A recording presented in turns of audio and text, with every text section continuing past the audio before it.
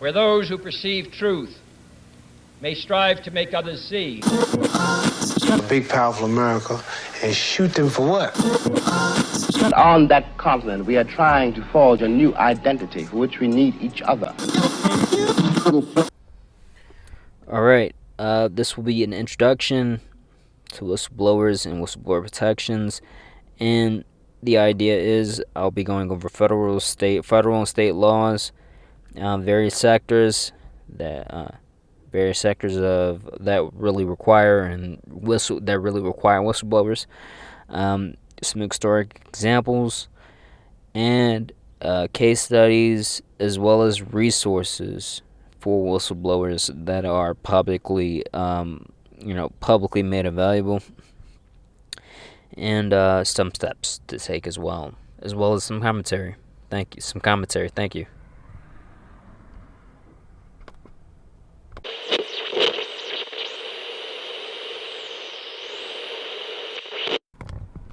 Good evening, Blackbirds. I am Sleepy, your bookman for this report, or your host for today. In terms of the title here, or the report theme, we're going to be talking about whistleblowers, and a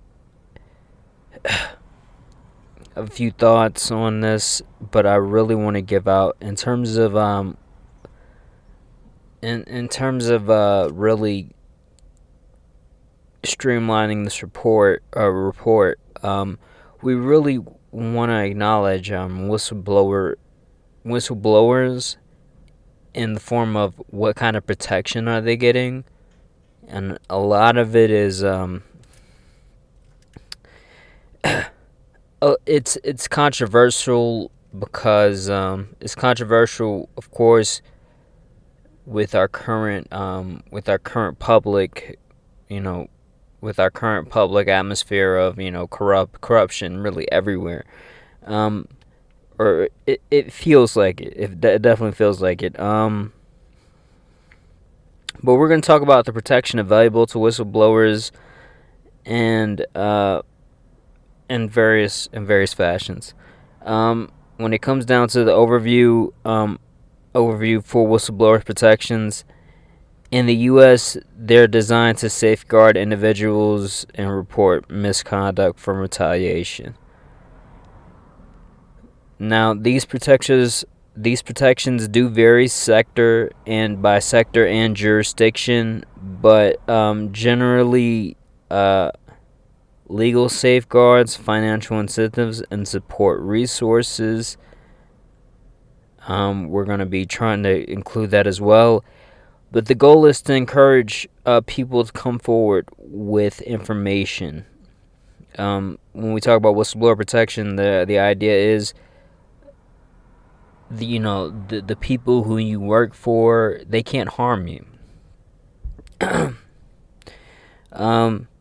Now, the key federal laws are the Whistle Protection Act, which protects federal employees who disclose information about illegal activities, gross mismanagement and waste of funds, abuse of authority, or substantial dangers to public health and safety, right?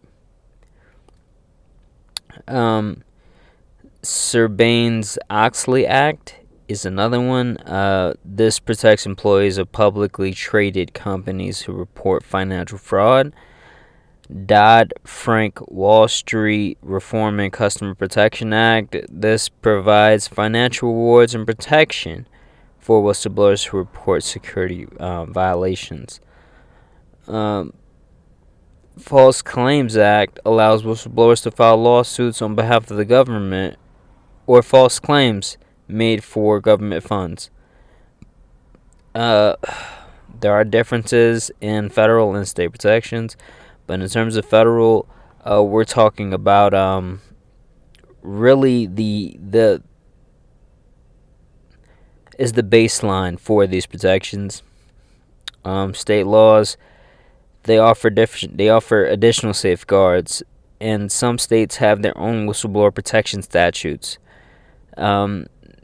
this may cover areas not addressed by, of course, the federal laws,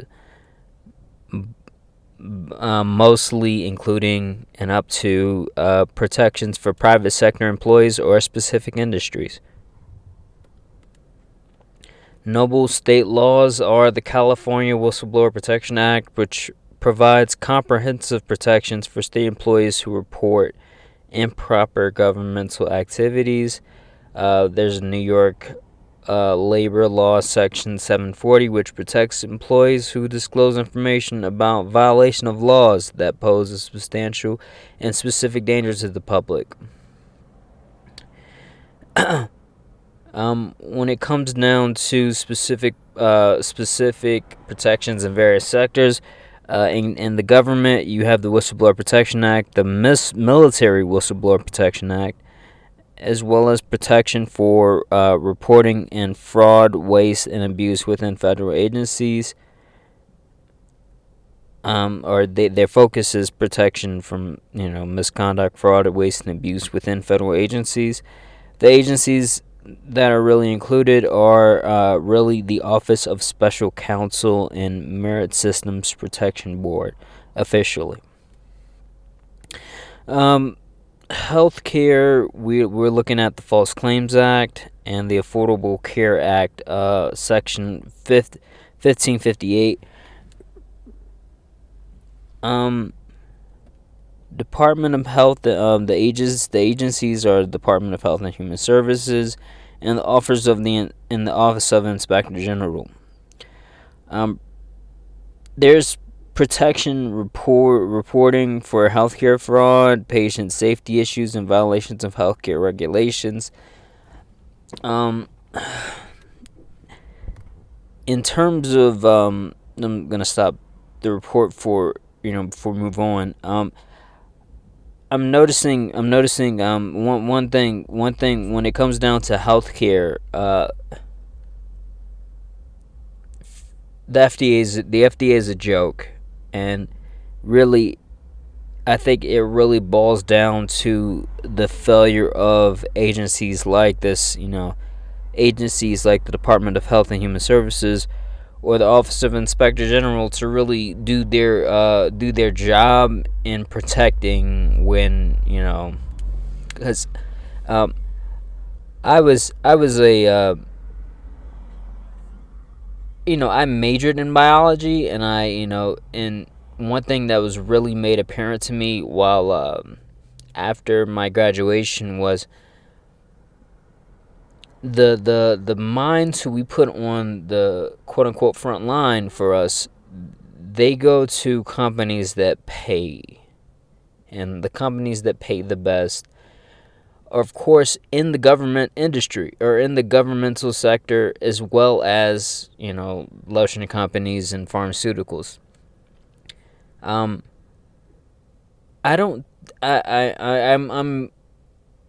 I'm confident if we can provide incentive for them to, be a whistleblower, be a true whistleblower, then this is something that we can, this is where we have room to talk about like the efficacy of a lot of these agencies mentioned, and I'm gonna continue mentioning now.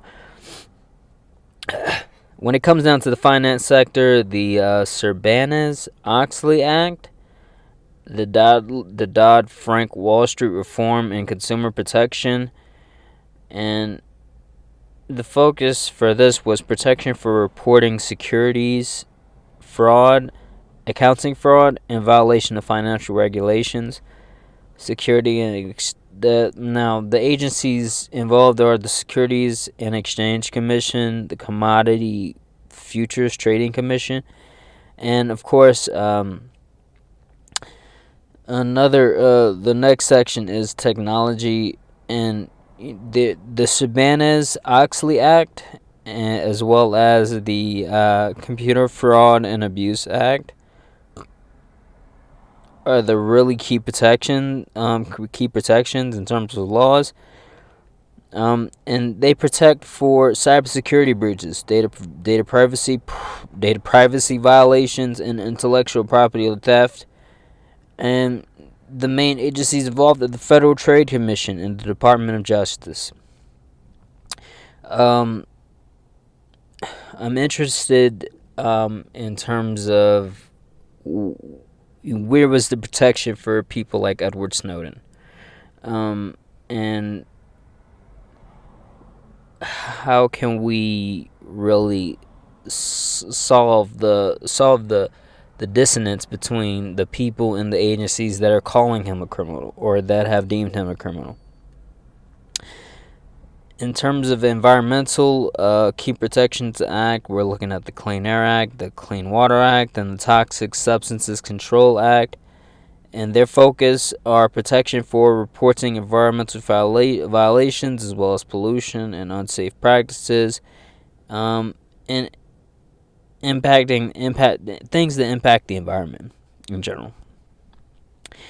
The Environmental Protection Agency, and the Occupational Safety Health Administration. I promise I'm not gonna laugh, but these guys are.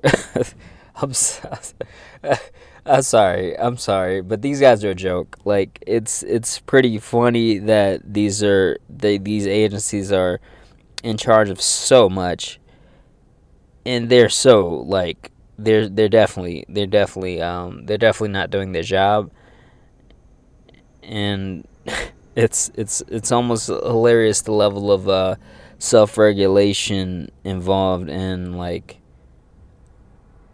when we talk about calling people out. It's pretty amazing. In the education sector,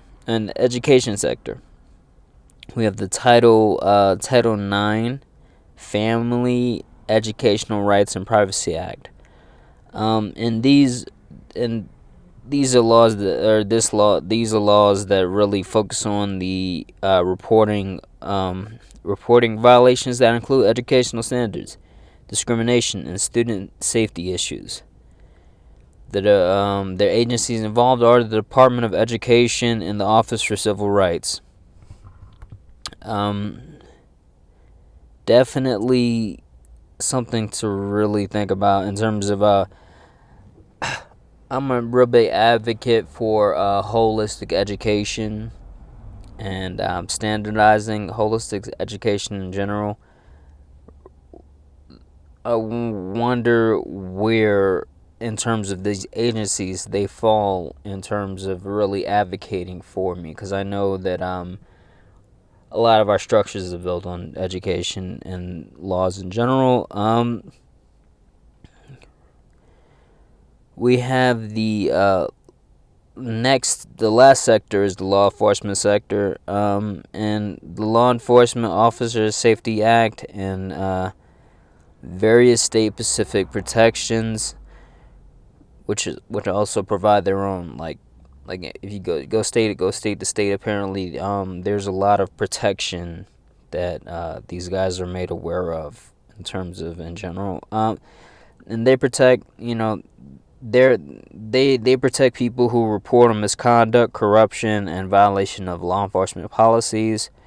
The agencies involved are Internal Affairs and Department of Justice.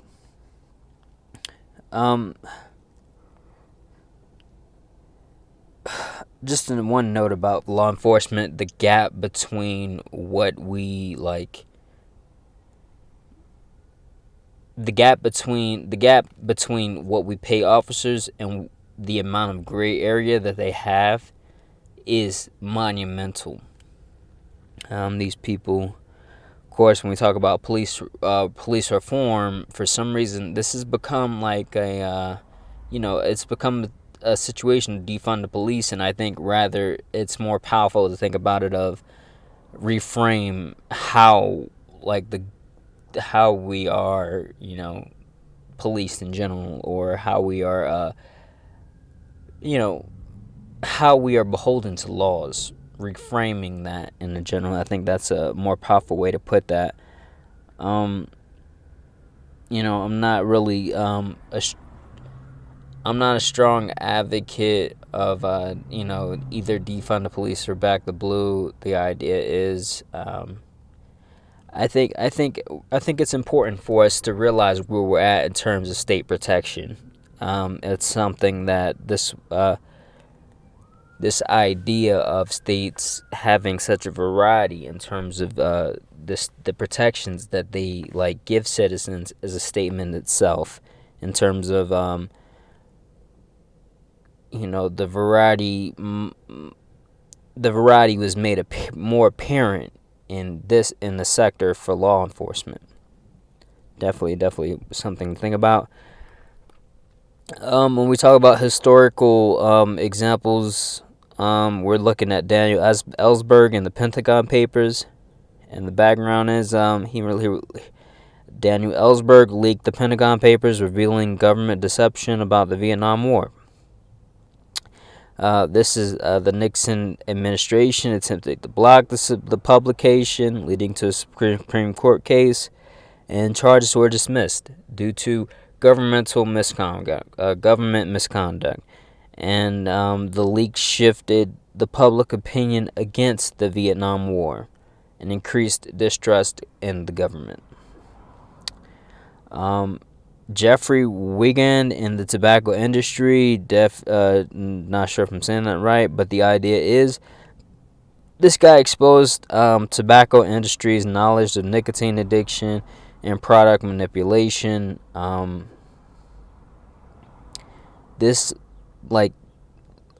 expose led to congressional hearings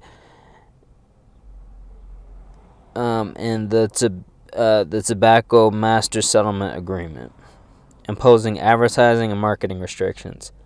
I'm not sure how many of you guys are, when it comes down to, I remember when these commercials just came up. The idea was,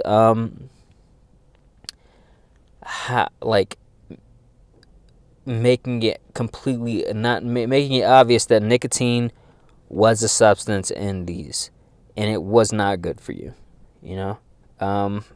It changed the public perception of the tobacco industry and raised awareness of smoking health risk. Definitely something. When it comes down to Sharon Watkins and Enron, the background here: in 2001, Sharon Watkins and Enron CEO to accounting alerted this person alerted Enron's CEO to accounting irregularities, hiding the company's financial losses. The Enron's collapse led to the Sarbanes-Oxley Act in 2002, protecting investors and whistleblowers. The public response was it sparked outrage and led to reforms in financial reporting and corporate governance. Edward Snowden in the NSA. We know Edward. The idea is he leaked information on global surveillance programs by the NSA, and the government's response was they charged this man with theft and espionage violations, and he ran away and sought asylum in Russia. This prompted a global debate on privacy and security, leading to some policy reforms like the USA Freedom Act.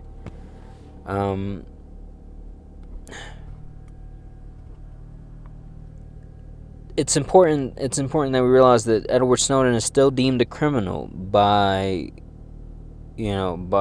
many officials, or enough officials in our government, the DOJ, to have to go to Russia to seek reform rather than him having asylum here in any way. Legal assistance. This government accountability project provides legal assistance and report to whistleblowers across various sectors, and their website is known as whistleblower.org.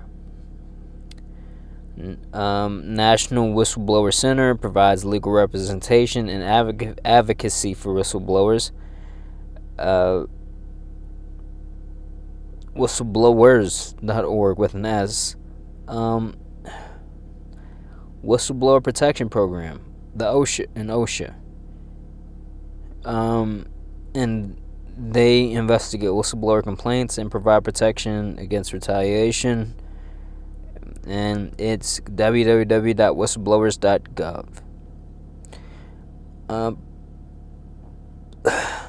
When it comes down to this project on government oversight, this is another project that provides legal support and resources for whistleblowers, particularly in the government and defense.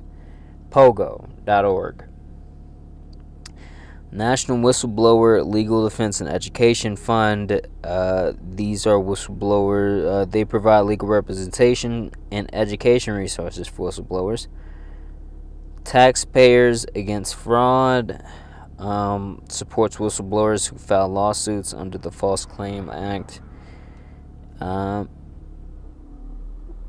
Public Employees for Environmental Responsibility, or PEER, provides legal support to government employees exposing environmental wrongdoing. Federal Whistleblower Protection Ombudsman provides information and guidance on the whistleblower rights and protection, and their website is whistleblowers.gov/ombudsman. OMBUDSMAN.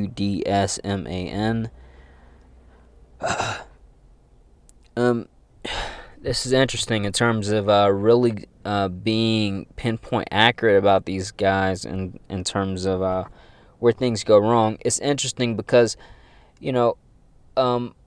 we are in a situation to where we're not poisoned by we're not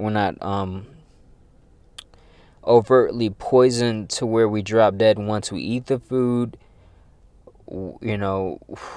Who's making the calls? Who are the good guys? Who are the bad guys?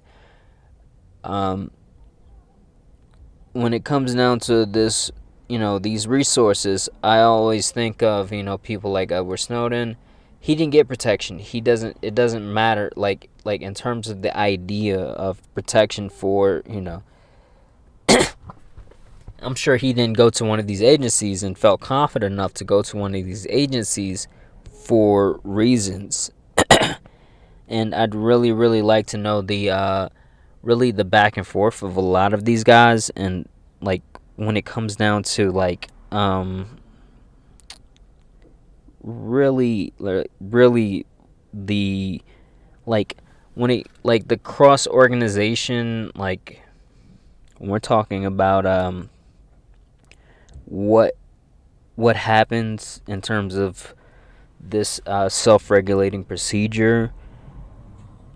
Really interested to know where these things go wrong, and really how they protect people who may go against interests that they deem important in any way. 8 steps for whistleblowers to take. 1 is understanding your rights. Research the relevant procedures or relevant protection laws in terms of whistleblowers seeking legal advice to understand rights and protections. Documenting evidence is number 2. That is where you just make sure everything's well documented, of course. Number 3, follow internal reporting procedure. This is interesting in terms of the idea here is that a lot of these agencies are going to have their own internal investigations, I suppose, and it's almost like they have to do so much before going here, because once you're here, you're pretty much exposed, and not only are you exposed, you're exposed in a place that you're supposedly exposing, and this is definitely something to think about. Number 4 is a report to external authorities. Having safeguards in place in terms of hey, if and I don't know, like, I'm thinking of Boeing when it comes down to exposing Boeing. Like, imagine like an internal investigation report being made against Boeing. Like, I'm just like imagining like yeah, Bill, just come on this come on this flight with us. Oh, there's no passengers because we're gonna kill you. And then they and then they like chloroform them or some shit. And then it's so like it's almost laughable to go to internal investigations. But external authorities, reporting to external authorities in terms of the idea of who outside your agency can you trust, and where does that where's that. I'm more so thinking about the communication between agencies that these agencies extending to private corporations. And really when it comes down to external authorities, when you're exposing certain things, you have to dig deep about the external authorities that you can trust. Seeking legal assistance, all these sources say, hey, look, make sure like this is protection for whistleblowers. How much protection do they really provide whistleblowers is interesting, but also when it comes down to encouraging support, like the same way the tobacco agency was made to advertise support. Like we like, I think in terms of really encouraging people,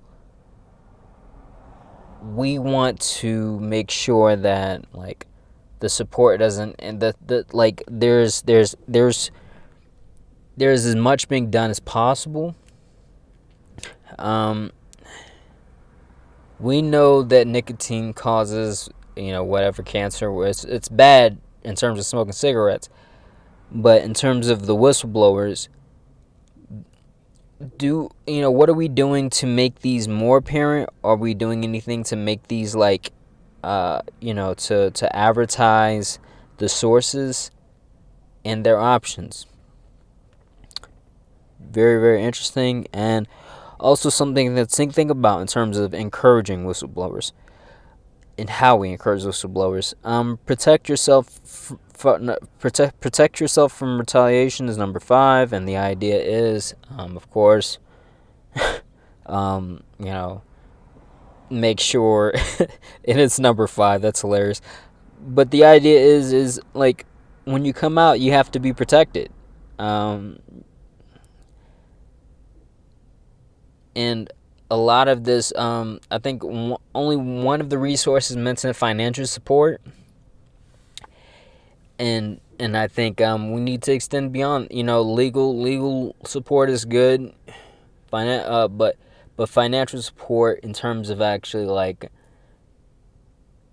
I pass this information on to you, I need to have the resources to disappear. I think that's important as well, and I really want people to think about like the encouragement of a whistleblower coming out when there is real encouragement. The encouragement for whistleblowers to come out. If there's when we add financial support to this list, very important. Number 6 is utilize support resources. Of course, like when it comes down to this even considers medical support to cope with stress and backlash. I just like, nobody's got time for that shit. For this, like like imagine like you're thinking about like better like imagine you're thinking about like the Boeing airport like assassin allegedly coming after you, and this being like, oh, let me make sure like I'm well taken care of in terms of my psychological support. Like this is well later on in terms of in general, but uh number 7 was to stay informed, was to keep updated on changes in the whistleblowers laws and protections, connect with other whistleblowers and support networks. um Support networks are really, really important in terms of encouraging like support networks that may extend past the idea of whistleblower. Definitely, like more likely to for whistleblowers to come out, because I mean, of course, if you're like in any type of whistleblower support group, you're going to expect infiltration. Like that's got to be kind of be thought about in particular regard. But when you go to a place that's just known for just like decent people, the idea of building communities and building stronger networks for communities is going to encourage this natural more in a natural form that's more organic. And I think it further encourages the idea of whistleblowers, because it's really important, because a lot of these guys know that their companies are shit. They just don't have a way out. And I think we really want to focus on different ways we can provide a way out for these guys. And in terms of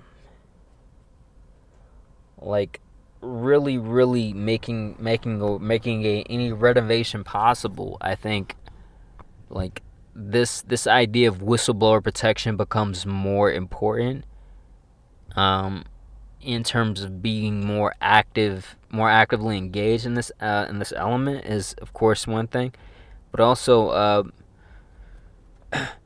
when it comes down to this instant, the incentive to come out, financially, like should financial just be an incentive across the board in terms of all of their options. They're also, this is also included in their options, and coming out about their company, a real financial incentive about coming out. um Definitely something to think about. And I don't know, regardless, it's definitely important, and it's definitely worth it when we talk about renovating this society. This has been Sleepy. Like and subscribe for more, and I'll see you in the next video. Thank you.